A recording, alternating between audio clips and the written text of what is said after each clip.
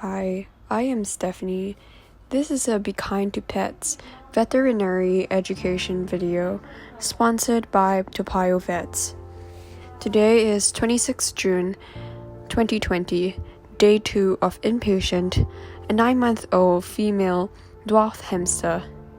Hamster responded to the antibiotics and anti-inflammatory. Inflammation has reduced slightly, and hamster is not squealing as much as yesterday. Hamster is much calmer now. Hamster ate 4 sunflower seeds and defecated 11 times. Hamster is still not comfortable with being touched.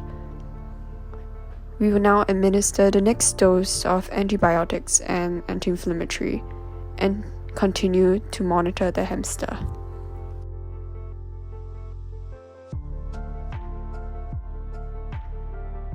For more videos, please like, subscribe, and don't forget to turn on the notification bell.